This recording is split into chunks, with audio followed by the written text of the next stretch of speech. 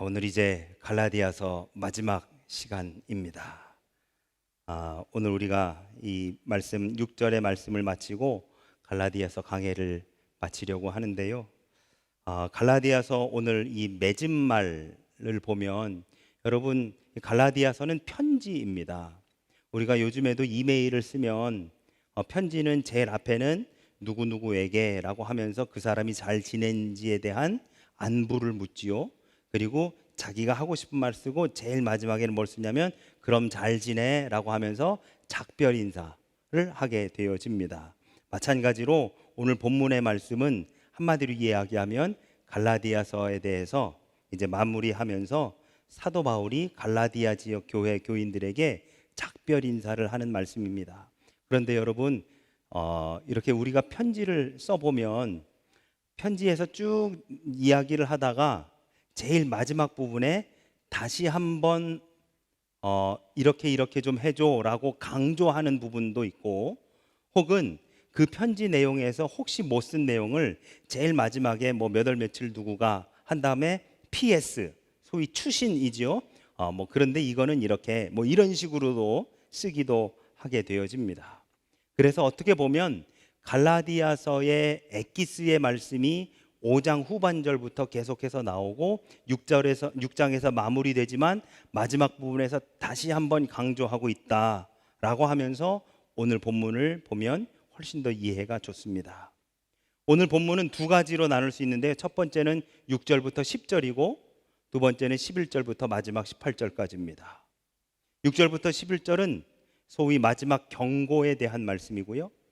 그리고 11절부터 18절은 마지막 인사인데, 사도 바울이 마지막 인사를 초대하는, 너희도 이렇게 하자라고 하는, 초대하고 초청하는 형식으로 그렇게 마지막 인사를 쓰고 있는 것을 보게 되어집니다. 이 경고, 마지막 경고와 마지막 초대를 합쳐서 한 문장으로 만들면 뭐가 되느냐? 복음으로 살아라, 복음으로 살라. 바로 이 말씀이 되어지는 것이지요. 우리가 갈라디아서 전체를 한 문장으로 이야기하자라고 하면 복음으로 살자라고 하는 이야기가 되어집니다. 자, 6절에 의하면 모든 그리스도인은 가르침을 받는 자이어야 된다라고 합니다. 여기서 가르침을 받는 자라고 하는 이 헬라어가 카테쿠메노스라고 하는 말인데요. 이 카테쿠메노스라고 하는 이 말은 교리 교육을 받은 자라고 하는 뜻입니다. 교리 교육을 받은 자. 그러니까 이 6절에서 가르침을 받는 자는 말씀을 가르치는 자와 모든 좋은 것을 함께 하라라고 했는데, 무엇을 가르침을 받는 것이냐? 교리를 가르침을 받는 것입니다. 교리에 대한 가르침. 그런데 여러분, 바울이 왜 갈라디아 교인들에게 교리 교육을 받을 것에 대해서 강조하느냐? 왜였을까요? 거짓 복음 때문에 그렇습니다. 갈라디아서 1장에서 그 거짓 선지자들이 잘못된 복음을 전하고 있어서 복음이 훼손된 것에 대한 경고를 하면서 결국 6장에서 돌아와서 바로 그 가르침을 받아야 된다라고 바로 그렇게 이야기하고 있지요. 교리 교육. 여러분, 우리 교회도 교리 교육을 제가 하려고 하는데요. 매해 연초에 저는 임원 훈련을 할 겁니다. 그래서 집사님 이상 되시는 분들 모여서 저는 매해 교리 교육을 할 겁니다. 거의 매해 비슷한 내용을 하기는 하겠지만 조금씩 제가 달리 하려고 하는데요. 집사님 이상 되시는 분들이 감리교가 뭔지, 감리교의 구원론이 뭔지, 다른 교단하고 어떻게 다른지, 이런 것들에 대한 말씀을 같이 나눌 겁니다. 그래서 나가서 우리 영광교회 집사님, 권사님들, 감리교회가 뭡니까? 그러면 감리교회 못해도 2, 3분은 설명할 수 있어야 되지 않겠습니까? 다른 교단하고 우리 감리교회가 어떻게 다른지에 대한 이야기 할 수 있어야 되지 않겠습니까? 교리 교육이 왜 중요하냐? 감리교인이라고 하는 정체성 때문도 중요하지만 문제는 이단과의 차별성 때문에도 중요합니다. 이 싱가포르에도 이단들이 많이 들어와 있더라고요, 보니까. 근데 여러분, 이단하고 그 이단이 아닌 것을 소위 정통이라고 이야기하는데요. 이단과 정통이 어떻게 다르냐? 여러분, 정통이라고 이야기할 수 있는 것이 너무 많아서 이것을 전통교회라고 합니다라고 하기보다는 이단들을 이야기해 놓고 이러지 않는 것이 전통교회입니다라고 하는 게 훨씬 이해하기가 쉽습니다. 그래서 전통에 대한 교리를 가르칠 때는 이단을 먼저 가르치고, 그리고 이에 반하는 것이, 이렇지 않은 것이 전통교회입니다라고들 많이 가르치거든요. 이 이단에 대해서 우리가 알아야 또한 우리가 지키고 있는 이 신앙이 바른 신앙임을 알 수가 있는 것이지요. 그래서 우리는 이 교리에 대해서 잘 알아야 됩니다. 그래야만 우리가 이단에 넘어가지 않습니다. 자, 바울은 모든 신자들이 이 기본적인 교리 교육을 받기를 원했습니다. 그러면서 6절에서 선생과 학생의 적절한 관계를 요약하면서 뭐라고 하느냐? 가르침을 받는 자는 말씀을 가르치는 자와 모든 좋은 것을 함께 하라. 이거는요, 여러분, 가르침을 받는 사람이 가르치는 사람에게 좋은 것을 대접하고 이러라는 의미라기보다는 뒤집어서 거짓에 찬 교사들을 물리쳐라 라고 그렇게 이야기하고 있는 것이지요. 왜냐하면 사도 바울이 갈라디아서에 초점을 맞추고 있는 것은 소위 전통교회가 아니라 이단들을 대적할 것을 말하고 있기 때문에 가르침을 주고 있는 사람들을 잘 대접하라는 말씀보다는 거짓을 가르치고 있는 사람들을 상종하지 마라 라고 그렇게 이야기하는 것이지요. 저도 어렸을 때 뭐라고 배웠냐면요, 이단이 다가오면 말 섞지 말고 차라리 상대하지 말라라고 배웠어요. 왜냐하면 이 사람들은 자기네 교리 교육을 아주 똘똘 뭉쳐 있는 사람들이거든요. 그러니까 우리가 상대를 잘 하기가 쉽지 않아요. 제가 신학교 3학년 때인가 한번 집에 있는데 여호와의 증인이 저희 집에 한번 찾아왔습니다. 여호와의 증인은요, 여러분, 똑똑 문 두드리고요, 뭐 자기네가 여호와의 증인이라고 한 걸 밝혀요. 여름이었었거든요, 그때. 그래서 저희는 예수 믿습니다. 꼭 이렇게 기존 교회 다니는 사람들, 그 교패 붙어 있는 집마다 여호와의 증인들은 찾아다니거든요. 문 두드려요. 누구세요? 저 혼자 있었거든요. 제가 뭐 복음을 전하러 왔으면 여호와의 증인입니다. 아이고, 됐습니다. 저희 교회 다닙니다. 그랬더니 뭐라고 하는지 아세요? 더운데 그러면 물 한 모금만 좀 주시겠어요? 그래요. 근데 그거는 이게 인간적으로 다가오니까 그러면 잠깐 기다리시라고 하고 물을 떠서 와가지고 문 열어주면 얼른 열고 들어옵니다. 그래가지고 이제 본의 아니게 여호와의 증인하고 논쟁이 붙었어요. 근데 이제 그 사람은 제가 신학생이라는 걸 몰랐겠죠? 어땠을 것 같으십니까? 제가 KO 시켰습니다. 왜냐하면 여호와의 증인들은요, 단편적으로만 알아요. 여기에 구약의 이 말씀이 신약의 이 말씀이고 신약의 이 말씀이 구약의 이 말씀이다 해가지고 이거를 막 갖다가 붙여가지고, 그러니까 듣고 있으면 그게 맞나 이렇게 되고서는 혹가닥 넘어가거든요. 그런데 제가 그거는 이렇기 때문에 그렇게 얘기한 거고, 그거는 이렇기 때문에 그렇게, 거기에 저자의 의도와 막 이런 것들을 막 얘기하니까 이 사람이 이렇게 한참 쳐다보고 저를. 제가 얘기했죠. 저는 신학하는 사람입니다. 저는 목사가 될 사람이에요. 그랬더니 물 잘 마셨습니다. 그러고서는 가시더라고요. 그렇게까지는 못하더라도 우리가 이단을 그냥 무조건적으로 말 안 섞는 것, 물론 잘 모르면 차라리 상대하지 않는 것이 제일 좋은 방법일 수 있겠으나, 그래도 우리도 나름의 교리 교육을 받아야 되지 않겠는가. 그래야만이 이 거짓 교사들을 물리칠 수 있는 것이다 라고 하는 말씀이 되어집니다. 그러면서 7절에서 스스로 속이지 말라라고 하는 말을 바울이 갈라디아 교인들에게 하고 있는 이유는 뭐냐면, 여러분, 이단의 교육을 받고 이단에 가가지고 지금 넘어가 있는 사람들은 자기네가 이단이라고 절대 생각하지 않습니다. 그 이유는요, 그게 진리라고 생각하고 있기 때문에 그래요. 그러면서 스스로에게 뭐라고 이야기하느냐? 나는 지금 제대로 성경 공부하고 있어 라고 스스로에게 계속 그렇게 주문을 해요. 그러면서 이게 맞아, 이게 예수님이고 이게 진리이고 이게 말씀이고 내가 여기에서 하나님 만났어 라고 그렇게 점점 나갑니다. 그러니 뭐라고 하느냐? 스스로 속이지 말라. 아니라는 거 알거든요. 그게 아니라는 거 알거든요. 그럼에도 불구하고 거기에서 그렇게 하는 것이 좋으니까 점점 빠져들어가고 있는 사람들을 우리가 보게 되어지더라 라고 하는 것입니다.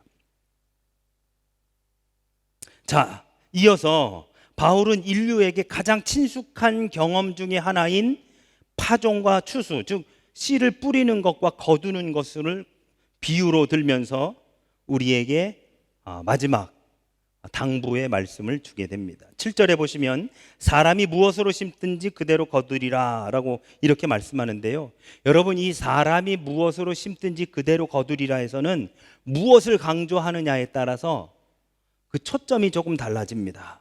자, 보시죠. 여기에서 무엇에 초점을 두면, 무엇이라고 하는 말에 강조점을 두면 이 말은 결국 우리 속담 콩 심은 데 콩 나고 팥 심은 데 팥 난다 라고 하는 말이 됩니다. 무엇에 초점을 맞추는 거예요? 내가 심은 것을 그대로 거둔다 라고 하는 말이 되지요. 그런데 거둔다 라고 하는 말을 강조하면 지금 현재는 아무 변화가 없지만 언젠가 결국 열매를 맺어 거두게 될 것이다 라고 하는 것이 되어집니다. 그리고 나서 8절에 보니까 뭐라고 말씀하느냐, 육체를 위하여 심으면 썩어질 것을 거두고 성령을 위하여 심으면 성령으로부터 영생을 거두리라 라고 하면서 이 두 가지, 지금 무엇과 거둔다라고 하는 두 가지를 바울이 같이 강조하면서 말씀하고 있습니다. 육체를 위해서 심으면 썩어질 것을 거두고 성령으로 심으면 성령으로부터 영생을 거두리라 라고 하는 말씀이 되어지는 것이지요. 그러면 여러분, 언제 거둘까요? 언제 거둘까요? 하나님의 때에 거두는 거예요. 하나님의 때에. 우리는 어떻게 해서 성령을 위하여 심는 자가 될 수 있는가라고 하는 것을 고민하며 9절에서 사도 바울이 뭐라고 말씀하느냐, 우리가 선을 행하되 낙심하지 말지니 포기하지 아니하면 때가 이름에 거두리라. 결국 하나님의 때에 거둔다는 거예요. 그런데 여러분, 여기에서 의문점이 하나 생깁니다. 뭐냐면 9절 앞부분에서 사도 바울이 뭐라고 하냐면 선을 행하되 라고 이야기합니다. 제가 이렇게 여쭤볼게요. 우리가 갈라디아서 1장부터 지금까지 뭐 했냐면 율법적인 행위를 버리자, 믿음으로 살아가야지 율법으로 내가 무언가를 하려고 하지 말자라고 말씀을 여태까지 했는데, 느닷없이 사도 바울이 한다는 얘기가 선을 행하라 라고 이야기를 합니다. 선을 행하라. 이 모순이 되어지지 않을까요? 선을 행하라는 바로 이 말씀이. 재미있는 말씀인데 여러분, 많은 교회들이요 총동원 주일이라는 걸 합니다. 총동원 주일. 우리 영광교회도 총동원 주일 한 적이 있었던가요? 없었어요. 총동원 주일은 그러니까 교인 모두가 다 그날은 다 오자. 무슨 일이 있어도 그날은 약속도 좀 뒤로 미루고 스케줄 다 취소하고 그날은 일단 교회 와가지고 예배 드리자라고 하는 날이 총동원 주일입니다. 저도 한국에 있으면서, 한국에 사역하면서 총동원 주일을 했었거든요. 그런데 할 때마다 이런 말을 꼭 듣곤 했습니다. 무슨 말이냐면, 하면 무슨 소용이 있어, 다음 주에 안 나오는데 라는 말이에요. 하면 뭐해, 그 사람들 다음 주에 안 와. 그 사람들은 다음 주 되면 또 바쁘고 그 사람들은 다음 주 되면 또 안 와. 하면 뭐해. 저는 이 말을 들으면서 늘 웃으면서 네 알겠습니다 라고 넘어갔지만 늘 두 가지 생각이 들었습니다. 첫 번째, 그렇다고 안 해? 그렇다고 안 해? 여러분, 한번 교회의 문지방을 넘어 들어오는 것이 중요하지, 그분이 다음에 또 그 다음에 오는지 안 오는지는 누가 결정하시는 거예요? 하나님이요. 성령으로 심으면 성령으로부터 영생을 거두는데 언제 거두어요? 하나님의 때예요. 하나님의 때. 여러분, 우리는 거두는 사람이 아닙니다. 우리는 뭐 하는 사람이에요? 우리는 뿌리는 사람입니다. 우리는 뿌리는 사람입니다. 거두는 건 누가 거두셔요? 하나님이 거두시는 거예요. 그리고 두 번째 생각이 들었습니다. 하나님께 우리가 꾸준하게 그렇게 전도해야지, 총동원 주일 하면 뭐해, 다음 주에 그 사람들 안 오는데 라고 했을 때 두 번째 든 생각, 죄송합니다. 제 속으로요, 넌 했어. 넌 했어? 너는 누구 데려왔어? 속으로요, 속으로. 꼭 그런 말을 하는 사람들을 보면요, 제대로 참여하지 않는 사람들이 꼭 그런 말 합니다.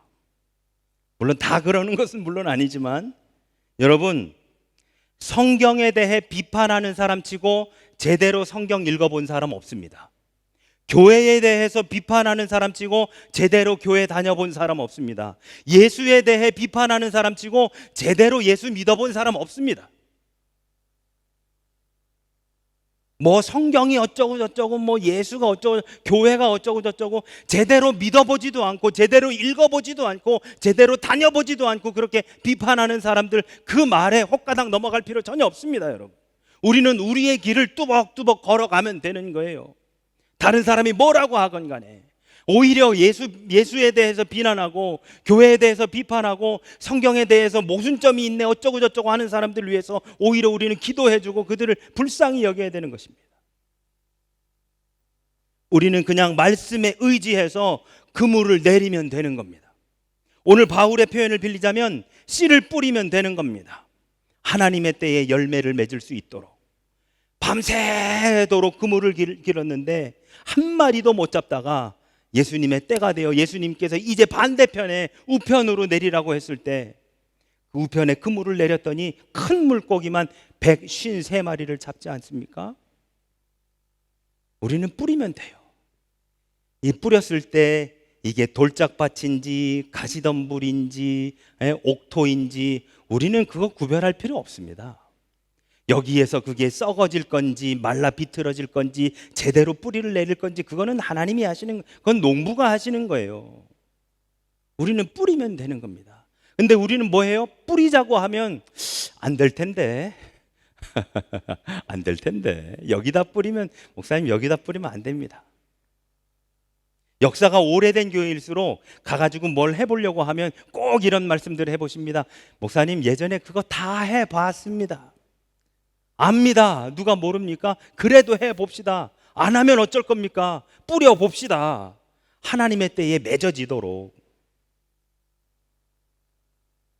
이후 10절에서 사도 바울은 이렇게 말씀합니다. 기회 있는 대로 모든 이에게 착한 일을 하되 더욱 믿음의 가정들에게 하라. 여러분, 아까 9절에서도 그렇고 10절에서도 그렇고 선을 행하라는 것은 의무적으로 율법적으로 하라는 말씀이 아닙니다. 기쁨과 감사로 믿음의 고백으로 그렇게 행하라 라고 하는 말씀이지요. 더 나아가서 본다면 행하기 위해 행하는 것이 아니라 그러한 삶을 살아가자라고 하는 바로 이 말씀이 되어지는 것이지요. 여러분, 이 말씀, 이 10절에 기회 있는 대로 모든 일에게 착한 일을 하고 더욱 믿음의 가정들에게 하라는 이 말씀은요, 너무너무 포괄적으로 들립니다.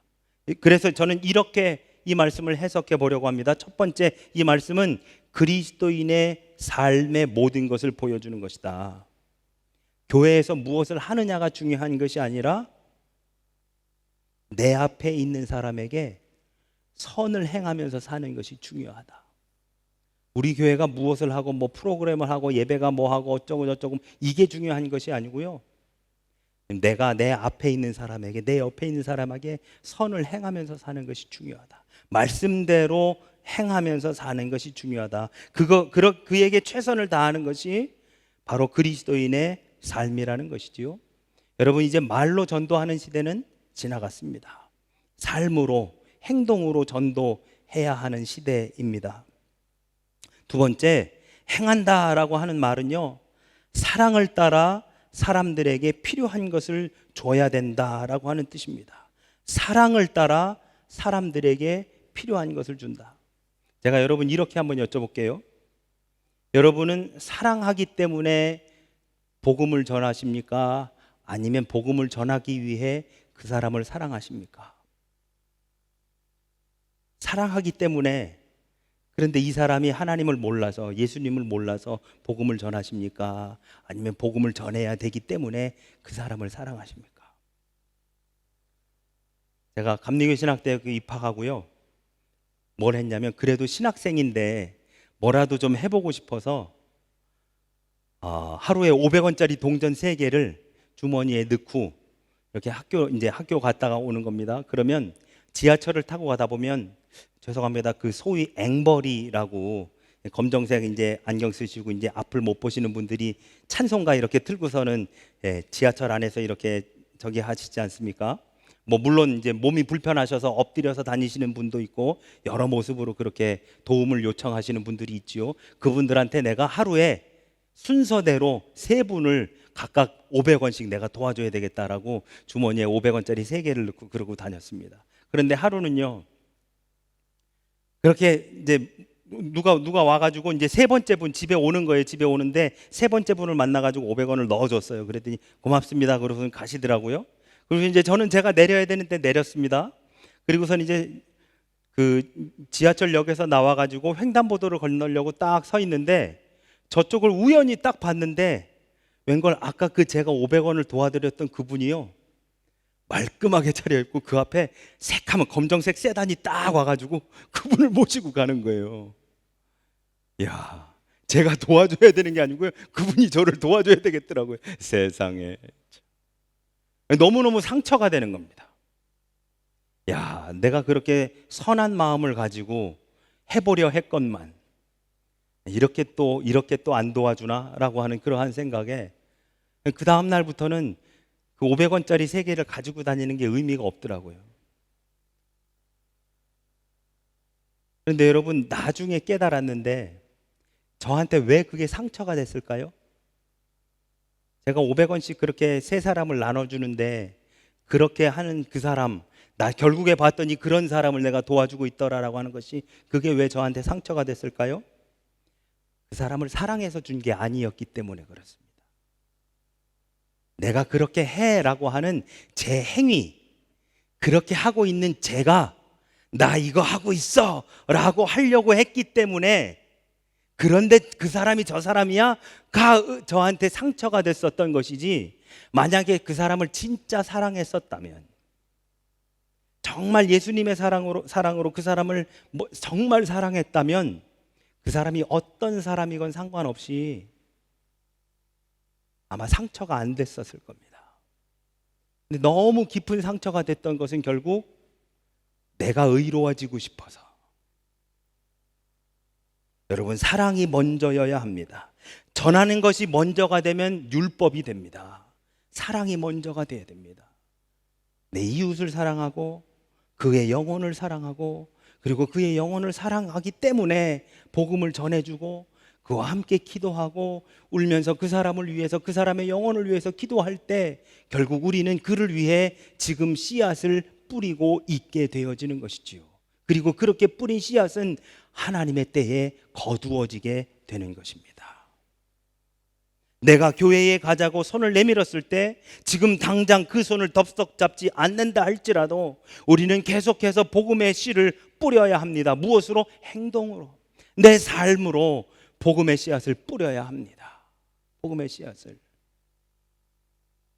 우리의 이러한 행동을 통해 자신의 성품이 깊이 변화되는 모습을 발견하게 되어지는 것이지요. 입으로는 복음을 전하면서 행동으로는 다른 삶을 살고 있다라고 한다면 그것처럼 이율배반적인 것이 없을 것입니다. 그래서 우리는 입이 아니라, 말이 아니라 우리의 삶으로 복음을 전해야 됩니다. 이제는 제멋대로 해서 이기적인 삶에서 그리스도 중심의 삶으로 변화되어져 가는 것입니다. 아주 자연스럽게. 마치 한국에서 계절이 봄이 여름이 되고 여름이 가을이 되고 가을이 겨울이 되듯이 자연스럽게 변화되어지는 것처럼 우리의 삶이 처음에는 나를 위한 삶이었다가, 처음에는 내 이기적인 삶이었다가 이 삶이 점점 예수님을 향한 그러한 삶, 예수님을 위한 삶으로 점점 바뀌어 가는 것입니다. 그리고 이제 바울이 11절에서부터 이 갈라디아서 전체를 정리하려고 합니다. 그는 구원을 위한 복음을 계속해서 신뢰하며 마지막 호소이자 권고를 하는데 바로 그것이 뭐냐? 날마다 복음으로 살자. 날마다 복음으로 살자. 진정한 기독교는 표면적인 준수가 아니라 내면의 변화가 중요하다라고 하는 말씀을 우리들에게 하고 있는 것이죠. 여러분, 우리가 정말 변화되는 것은 우리의 성품이 변화되는 것입니다. 예수님을 닮아가는 것은 겉의 외모가 달라지는 것이 아니고요, 우리 내면이 달라지는 겁니다. 내면이. 그래서 어떻게 이야기하느냐? 우리가 갈라디아서 1장과 2장에서 할례에 대한 말씀을 계속 하지 않았습니까? 할례는 외적인 변화예요. 외적인 변화. 이 외적인 변화는 내적인 변화를 가져오지 못합니다. 그러나 내 내적인 변화는 외적인 변화를 가지고 옵니다. 이렇게 말씀드려 볼까요? 어떤 사람이 잔뜩 찡그리고 있습니다. 그럼 물어보면 뭔가 걱정과 근심이 있어요. 왜 그런 말들 하지요? 얼굴에 걱정이 아주 가득하다고. 얼굴에 걱정이 가득한 것은요, 표정이 그런데요, 그 표정을 알고 봤더니 어디서 원인이에요? 마음에서 원인이 되는 거예요. 마음에서. 그런데 마음에 기쁨이 있고 감사가 있고 은혜가 있는 사람은요, 얼굴에도 그게 나타나요. 얼굴에도. 우리 옆에 분들 한번, 뒤에 분들 한번 봐보셔요. 에? 이 사람이 지금 근심이 가득한지 피곤에 쪄들어 있는지 한번 봐보셔요, 여러분. 에? 에. 우리 속사람이 편한 사람은, 속사람이 은혜로운 사람은 겉사람도 같이 은혜로웁니다. 내면의 변화, 예수 그리스도의 성품을 닮아가는 내면의 변화가 겉을 변화하게 하지, 겉에서 내가 율법적으로 무언가를 행하는 것이 내 내면의 변화를 가져오는 것이 아니더라라고 하는 말씀이지요. 소위 그런 척하고 있는 것이 아니라 진정한 내면의 변화와 진정한 그리스도를 닮아가는 것, 그 본질적인 변화가 우리에게 있어야 된다라고 하는 것을 사도 바울이 우리에게 강조하고 있는 것입니다. 그래서 지난주 나눴던 것처럼 9가지의 열매를 맺으면서 살아라, 그 열매를 맺으면서 살아가야 돼가 아니라, 성령에 의해 변화된 사람, 진정한 내면의 변화가 이루어져 그리스도를 닮아가는 사람은 어느 순간 그 열매를 맺으면서 살아가더라 라고 하는 것이 바로 사도 바울의 가르침이 되어지는 것이지요. 그러면서 바울은 1장에서 이야기했던 거짓 교사, 다른 복음에 대해서 다시 한번 경종을 울립니다. 12절 말씀, 무릇 육체의 모양을 하려는 자들이 억지로 너희에게 할례를 받게 함은 그들이 그리스도의 십자가로 말미암아 박해를 면하려 할 뿐이라. 그리스도의 십자가로 구원을 받는 것이 아니라 그리스도의 십자가로 박해를 면하기 위함이다라고 하는 것은 결국 그리스도의 십자가는 하나의 수단밖에는 되지 않는다라고 하는 말씀이지요. 그 박해를 면하기 위해 뭐 하는 거예요? 외적인 변화, 율법적인 행위를 한다라고 하는 거예요. 육체의 모양을 하려는 자들이요. 그들은 종교가 세상에서 줄 수 있는 영예, 특권, 그리고 영광을 얻기 위해서 종교를 택합니다. 근데 여러분, 우리 기독교는 종교가 아니잖아요. 엄밀히 말하면 우리 기독교는요, 은혜입니다. 값없이 주어진 은혜. 내가 달라고 요청해서 주는 것은요, 내가 달라고 했기 때문에, 내 정성 때문에 받는 것이잖아요. 근데 달라고 안 했는데도 주셨기에 그게 은혜이죠. 저는 늘 딜레마였었습니다. 뭐가 딜레마냐면, 우리가 달라고 했을 때 주시면 그것의 소중함을 우리가 알잖아요. 근데 하나님이 먼저 우리에게 당신의 외아들을 보내주셨어요. 그러니까 우리는요, 여러분, 때로는 그분의 오심의 소중함을 모르면서 살아갑니다. 그렇잖아요. 여러분, 부모와 자식 간에 부모는 아낌없이 사랑을 자식에게 주거든요. 근데 때로는 자식은 그 부모의 사랑을 잘 몰라요. 그 이유는 부모가 자식에게 먼저 사랑을 주기 때문에 그렇습니다. 그렇기 때문에 자식은요, 부모가 나를 얼마나 사랑하는지 잘 몰라요. 저도 하나밖에 없지만 저도 부모가 되어 보니까 그렇더라고요. 그래서 저는 때로는 하나님께 그렇게 기도했었습니다. 하나님, 우리가 달라고 안 했는데 주셨기 때문에 우리가 하나님의 그 사랑을 잘 모릅니다. 하나님께서 우리에게 외아들을 주신 것이 무슨 의미인지 우리가 때로는 잘 모르고 망각하고 살아갑니다. 하나님, 달라고 하면 주시지 그러셨습니까? 라고 했을 때 제 마음에 왔었던 감동이 뭐였냐면, 달라고 했을 때 내가 주면 너네가 달라고 했기 때문에 내가 준 게 되지 않느냐라고 하는 거였었어요. 그러면 그것은 은혜가 아니라 보답이 되는 것이죠. 내가 달라고 했기 때문에 주는 보상이 되어지는 것이지 은혜가 아니라는 말씀이 되어지는 거예요. 우리 기독교는 은혜입니다. 값없이 거저 주신 선물이 되어주는 거예요. 그 선물이 우리에게 구원이요, 그 선물이 우리에게 새로운 생명이요, 새로운 삶이 되어지는 것이지요. 그래서 우리는 그 새로운 삶을 살아나가는 것입니다. 무엇으로요? 복음으로요. 성령 안에서. 그런데 아까 말씀드린 것처럼 내가 달라고 하기 이전에 하나님이 주셨기 때문에 그게 어떤 의미인지 잘 모르고 살아가요, 우리는. 그게 얼마나 감사한 것이고 그게 얼마나 크신 은혜이며 그게 어떠한 의미인지 우리는 때로는 완전히 망각한 채로 하나님이 나와 동행해 주신다라고 하는 생각 자체를 하지 않고 살아가는 때가 훨씬 더 많다는 것이지요. 왜? 하나님이 먼저 우리에게 다가와 주셨기 때문에요. 그런데 여러분, 세상 어떤 종교든 신이 먼저, 소위 신이라고 하는 존재가, 그 절대자가 인간을 먼저 찾아오는 종교가 어디 있습니까? 다 비나이다 비나이다, 신령님께 비나이다 하면 펑 하고 나타나서 내가 무엇을 원하느냐라고 다들 그러는 종교들이지, 이 세상 그 어떤 종교가, 그 절대자가, 창조주가 먼저 피조물을 찾아오는 종교가 기독교 말고 어디 있느냐고요. 바로 우리 기독교가, 우리가 믿는 하나님은 우리가 요청하기 전에, 우리가 하나님께 부르짖기 전에, 우리가 하나님 앞에 간구하기 전에 먼저 우리에게 다가와 주시는 하나님. 그러니까 뭐예요? 우리의 필요를 이미 다 알고 계시는 분, 우리가 무엇을 구하는지까지도 이미 다 알고 계시는 분, 어떤 것을 우리가 원하는지 다 알고 계시는 분, 한 걸음 더 나아가서 그보다 더 크게 베풀어 주시는 분, 더 많이 준비하고 계시는 분. 그러니까 여러분, 우리 지난 주일날 나눴었던 말씀처럼 탕자나 탕자의 형처럼 아버지의 재산 그거 절반 우리에게 주십시오라고 할 것이 아니란 말이에요. 왜냐? 아버지의 재산 절반 달라고 하는 것은 내 눈에 보이는 것만 달라고 하는 거예요. 그런데 우리 아버지가 우리에게 주고자 준비하시는 것은 우리가 생각지도 못하는 더 놀라운 것을 준비하고 계시니, 하나님 제가 이거 계획하고 있으니 이렇게 주십시오, 저거는 이렇게 계획하고 있으니 요건 요런 모양으로 주시고, 저건 그렇게 할 필요가 없다는 거예요. 하나님 오히려 더 크게 우리에게 주고자 준비하고 계시더라라고 하는 바로 그러한 말씀이 되어집니다. 여러분, 종교적인 사람들은 그 종교를 통해 자기네가 무엇을 얻고자 하는지가 분명히 정해져 있습니다. 그래서 아까 말씀드린 것처럼 영예나 특권 그리고 영광을 얻기 위해서 그 종교를 선택하고, 그 선택한 종교 중에 하나가 우리 기독교일 수도 있습니다. 율법적으로 행하는 사람들은요.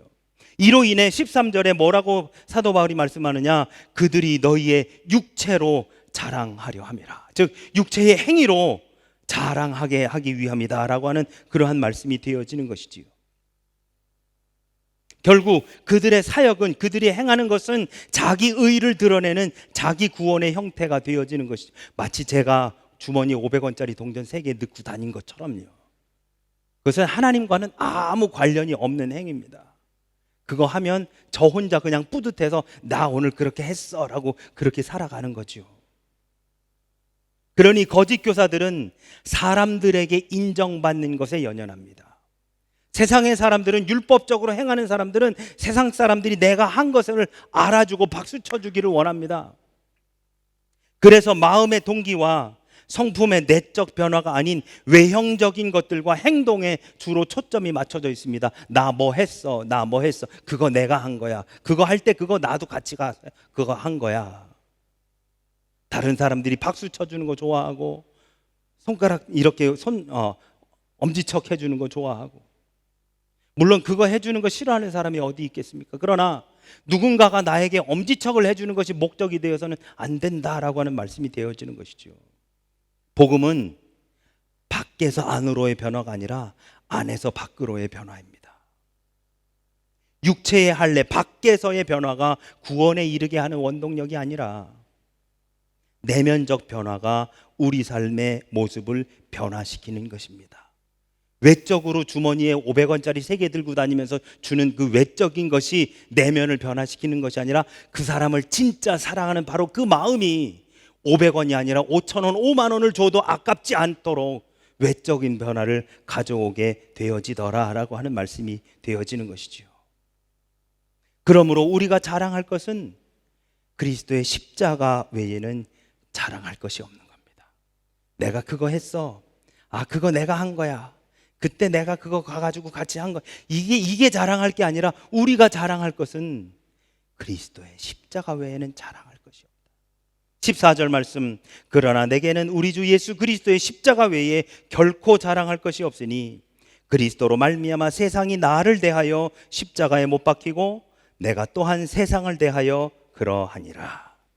특별히 24절의 하반절의 말씀을 새번역 성경으로 보면 이렇게 번역이 됩니다. 그리스도로 말미암아 내 쪽에서 보면 세상이 죽었고 세상 쪽에서 보면 내가 죽었습니다.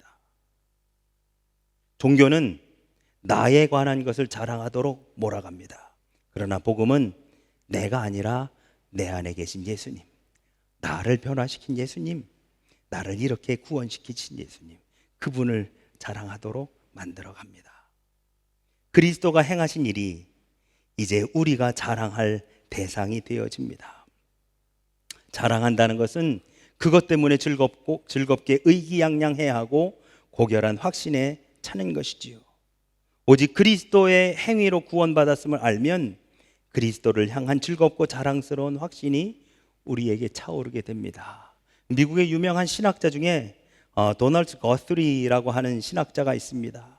이 신학자는 이 14절 하반절을 이렇게 해석을 하더라고요. 눈에 보이는 세상이 우리에게 이래라 저래라 할 권한을 더 이상 가지고 있지 않다. 유진 피터슨의 메시지 성경은 이 부분을 이렇게 표현합니다. 그 십자가로 말미암아 나는 이 세상에 대해 십자가에 못 박혔고 남을 기쁘게 하거나 남이 지시하는 하찮은 방식에 나를 끼워 맞추려는 숨막히는 분위기에서 벗어났습니다. 이 14절에서 바울은 이렇게, 마지막 부분에서 바울은 이렇게 고백하는 것 같습니다. 복음이 내 자랑거리를 완전히 바꾸었습니다. 복음이 내 정체성의 근본을 완전히 바꾸었습니다. 이 세상의 무엇도 나를 쥐락펴락할 수 없습니다. 나는 세상에 얽매일 것이 없으므로 마침내 세상을 누리며 살 수 있습니다. 나는 누구에게도 열등감을 느끼지도 않고 누구에게도 우월감을 가지지 않습니다. 나는 전적으로 새로운 존재이자 피조물이 되어가고 있습니다. 여러분, 우리가 누구에게 얽매여야 하겠습니까? 우리가 무엇에 얽매여서 살아야겠습니까? 사랑하는 여러분, 예수 그리스도만이, 그분의 십자가만이 이러한 은혜와 고백을 우리에게 가져다 줄 수 있습니다. 행위가 아니라, 내 지위나 권력이나 부나 명예가 아니라 오로지 예수 그리스도의 십자가만이 우리를 정말 변화시킬 수 있습니다. 우리가 이 땅에서 떳떳하게 해줄 수 있는 것은 다른 것이 아니라 예수 그리스도의 십자가입니다. 우리는 15절의 표현과 같이 예수 그리스도의 십자가로 새로 지으심을 받았습니다. 이것이 바로 진정한 복음, 사도 바울이 갈라디아서를 통해 우리에게 주고자 하시는 진정한 복음입니다. 세상에 얽매이지 말고 하나님께만, 예수 그리스도의 그 십자가에만 우리가 맞추어 살아가는 바로 그 삶을 살아가시는 저와 우리 모두가 되시기를 예수 그리스도의 이름으로 축원합니다. 아멘.